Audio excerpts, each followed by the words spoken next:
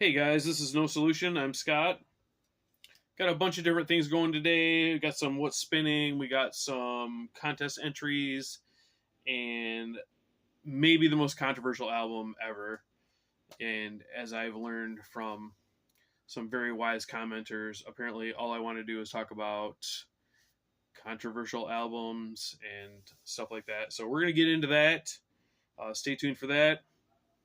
But first of all, I wanted to mention that Garage Geek and I are going to be doing a live stream Saturday at 1 p.m. Eastern, 10 p.m. Pacific, discussing the first 150 pages of Infinite Jest. Now, I really don't expect anyone who watches this for like music content to care about this, but this is my favorite book, probably, and I've read it multiple times.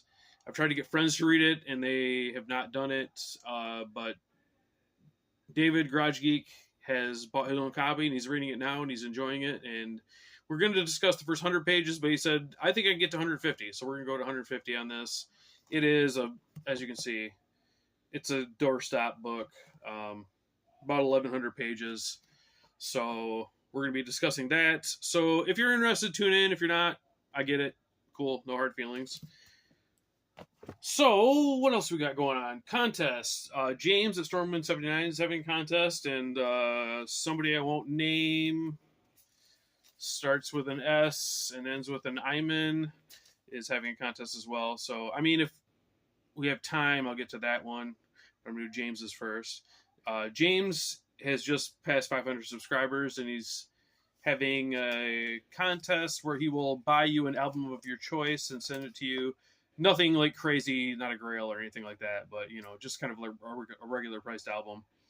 And he's kind of flipped the last one. He asked questions he wanted us to answer. This time he wants us to ask him questions. 3 questions, nothing super personal or invasive, obviously. And then give a suggestion for his for what you'd like to see from his channel if you would like. So I will do that. Congratulations again, James.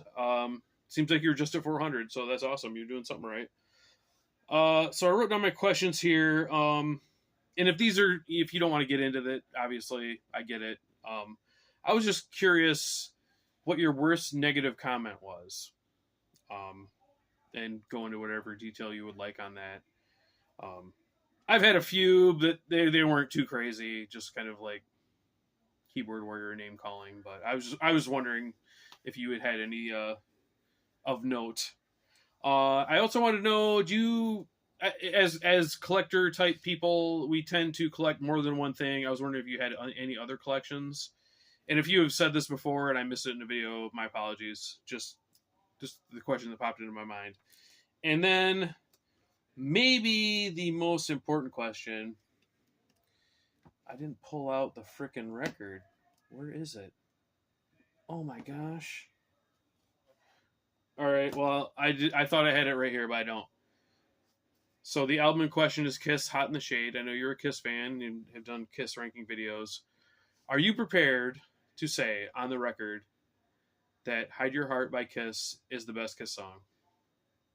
Because it is. I just want to know if you're prepared to say it in front of a camera, like I did. So that's it. As far as suggestions for your channel, I would say, man, you went from 4 to 500 in like no time. So I would say just keep doing what you're doing and what you enjoy. I don't want to suggesting content for somebody. I think it's not something I'm comfortable with, because I think if you're doing just stuff just because you think people will like it, it's just doesn't come across as genuine. I mean, if those two things coincide, that's awesome. But yeah, just keep doing what you're doing, man. That's all I would say. I enjoy your videos, and yeah, that's it. So what else we got? Oh, I wanted to mention my last video was age restricted for a day or two. The only thing I can think of is I did the like hacky thing where I pretended to be reading a Playboy when the video turned on, like I didn't know it was filming, and I got age restricted right away, like before it was even posted. I appealed it and it was lifted, but that's kind of nonsense, right? Like, I'm not monetized, so I don't care, but people are monetized, like that first day you post it is where you get the most money, and then when you're restricted, that's, I don't know. I've seen Eli at Dark Hymns from the Cold North has had a bunch of problems with that lately, where one video, it was a short, he was literally playing peekaboo with his dog, and it got demonetized. So I don't know. I would say if only there's another platform we could all go to, like Rumble, but I've tried that, and all I get are like the 2 or 3 people who went to Rumble as comments, and then just bullshit bots and scammers. So I don't know. I guess we're stuck with YouTube for now, but I thought that was interesting. What else? Oh, let's do the what's spinning. Okay. So first of all, this is crazy, you guys.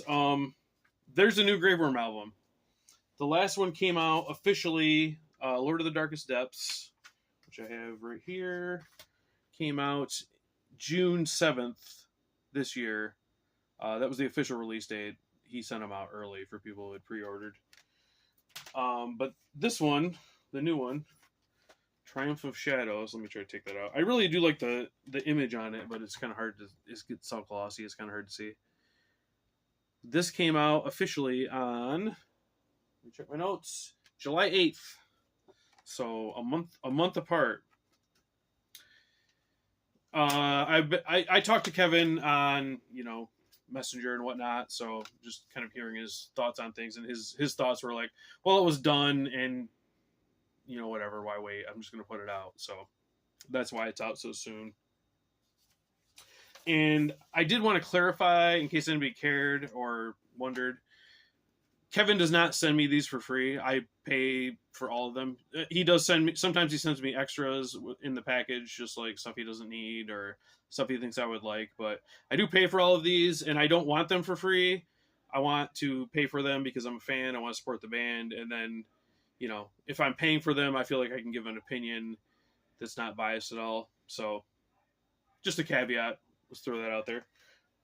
So this one is called, I believe I said, Triumph of Shadows. And it is obviously coming so close on the heels of the other one. It really feels like a companion album to Lord of the Darkest Depths. And talking to Kevin, he did tell me that a good chunk of this album was written at that time and was ready to go. But he put out one album called Funeral Empire that was really, really, really long. And in the first video I ever did on Eli's channel, when we were going over Graveworm, I kind of slammed that album for that reason, that there were like too many songs and it was too long. And I think he agrees and doesn't want to do that again. So I think I haven't done it yet, but I feel like these two albums could be, the fuck did I put the other one? Whatever. I feel like they could be combined into one album, but it would be like over an hour, and I really do prefer like the 35-minute mark, 35 to 40 minutes.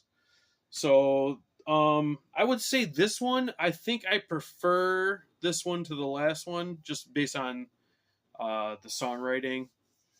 The last one was pretty, I felt top heavy, and then kind of fell off at the last half. This one is really holds my attention the whole way through. Opens with a song called Shadow Spell.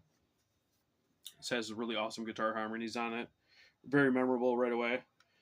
I'm not gonna go through every track, but like track 3, Destroy All Light, kind of picks up the pace. Usually Graveworm's a bit mid-paced. That one's a bit faster.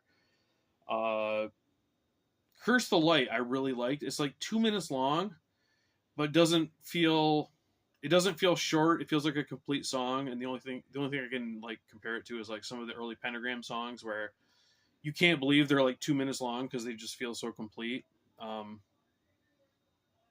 Yeah, I guess that's all I'm gonna say about that one. Number 8 is notable, Fallen in Battle, because Kevin told me that was completely improvised. He only had a title, and he just kind of like started playing and seeing what would happen. It's not a highlight of the album, but it definitely doesn't stand out as like, oh, this doesn't belong. It's a super solid track. I mean, it's a halfway through side 2 track, I would say, but very good. And then the last two, maybe my favorite, are the last two songs, Return to the Netherworld and Triumph of Shadows. really gives off that feeling of evil and danger. And especially the title track is like a longer for Graveworm, like 5-ish minutes, kind of a mid-paced stomper, and I think it would go over awesome live if Graveworm plays live again. So, Triumph of Shadows by Graveworm, highly recommended. I know you're shocked. It's a Graveworm album, and I like it, but this is officially the third Graveworm full length this year. So maybe Kevin can go for 4. I'm rooting for him, but I haven't been disappointed in them in a long time. So check it out if you are so inclined. Right. Let's see. Then I've got pages of notes here. Just trying to keep my thoughts in order. Okay, now it's kind of some what's spinning leading into the controversial album. So these 2 releases are Nocturnal Mortem related, but these are not the controversial ones, guys. There's one even more controversial coming. So let's go. Stay tuned. The first one here is Suppuration, Ecclesiastical Blasphemy, and this came out 2021. I missed the boat on this one. I just got it. This is a compilation of the Suppuration material. It's 2 demos and a EP that seemed to be partially released. Like, it was supposed to be a 7-inch, and then that didn't happen, and then they sent some tapes out. But pretty fair to say that anyone hasn't really heard this stuff, unless you have this. So this is I don't know how you say his name. Niaz Vargoth, the main man of Nocturnal Mortem. He's the guitar player, and he's the vocalist on the first demo. And then various other Nocturnal Mortem affiliated people also play on this. So this is death metal, not black metal, as Nocturnal Mortem would be. The first demo is the highlight on this for me. I think it's super weird. I think it came out in 92, I believe. I didn't write that down. It's very weird and unconventional. Like, it's 4 like intro, outro, interlude tracks, and then 3 actual kind of full-length songs. And they range between 6 and 8 minutes, and they're super long and weird and take weird turns. And that's really what I gravitated to on this one. It was that first album.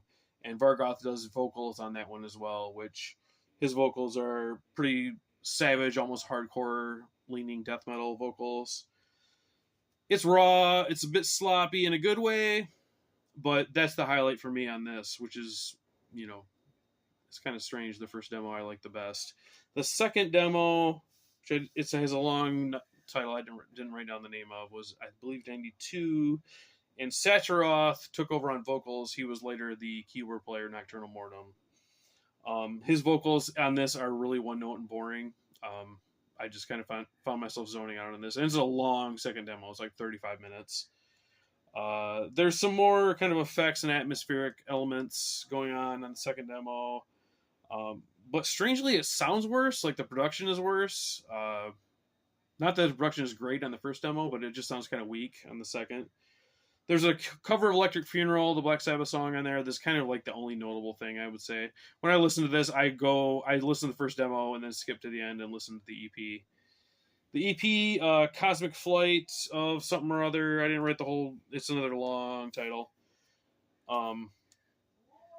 Still more of a weak production on it, but it has 4 of the songs from the second demo kind of improved, and the performance is improved, and Sacharoth's vocals are improved on it.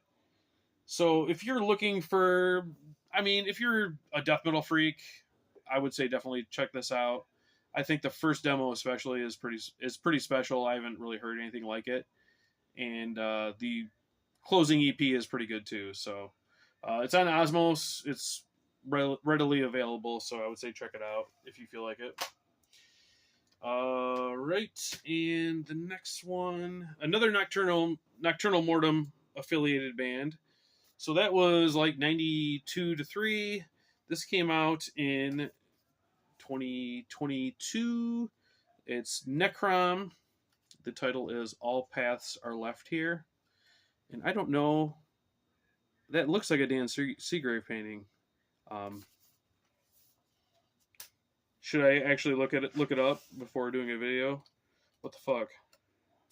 What do you guys expect from me? No, it is not Dan Seagrave, but it's a Dan Seagrave kind of look-alike cover. Looks like it come out in 1991 or two and fit right in. And the title really kind of threw me. All paths are left here. I was like, it wasn't connecting, and I was like, oh, left hand path, okay. And then listening to it, I was like, okay, this is very much an HM2 Swedish death metal album. The left hand path reference on here, obviously to Entombed, I would say they sound more like Dismember than Entombed, but you kind of get the idea. It's as I said, a bit dismembery. There's some death and roll moments on here. There's some keyboards that you hear them a lot at the beginning of the first song, Dagon, but then they do continue throughout the album, and they're a bit more subtle, just kind of for accent. They're definitely not. This is not a keyboard led band or anything. There's not even a credit for who played keyboards on it. I would assume Vargoth did, but the band is made up of. Excuse me. Aside from Vargoth playing guitar, there's a lot of people who have been in and out of Nocturnal Mortem. Roman from Drudka did vocals on the first EP that I've not heard this, but not on this full length. It's actually a guitar player from Nocturnal Mortem doing the vocals. But this is like horror themed. I guess if I had to say, it would be more Lovecraft than anything. But then they do veer off and do like other kinds of things, like The Templars Are Coming is one of the songs. So obviously influenced by the Blind Dead movies. Tomahawk of Bone, obviously influenced by Bone Tomahawk, the fantastic S. Craig Zahler movie. Yeah, just super fun throughout. Great riffs, and the vocals are kind of in the like LG Petrov of Entombed, kind of his vocal style, that kind of death metal vocal. Really kind of a hidden gem. I don't hear anybody talking about it, and I think especially if you're big into HM2 Swedish death metal, like for example Dylan is, I would say this is a must. On Osmos, like I said, 2022, fantastic. If they ever do another one, I'll definitely be picking it up. All right, guys, now we're at it. The most controversial album I'm going to show. You might think it'd be the Ukrainian bands that are affiliated with Nocturnal Mortem, but as we have learned from our mainstream news media, there are not now, nor have there ever been, anybody in Ukraine who is affiliated with a right-wing fascist political party. That you might think you've seen some articles about that in the years past, but you're misremembering. Don't believe your lying eyes. They're all angelic beings over there now. They love kittens and ice cream and freedom and American-style democracy. So Ukraine is all good. Anything Ukraine does is amazing. That was for you, Dylan. So the most controversial album I'm going to show here is this one, Bob Dylan, Desire. I regret to inform you that Bob Dylan is now canceled. I really like this album quite a bit because, that's what I'm into. Things that are controversial. All the way through. This is an album he made with his touring band at the time, the Rolling Thunder Review.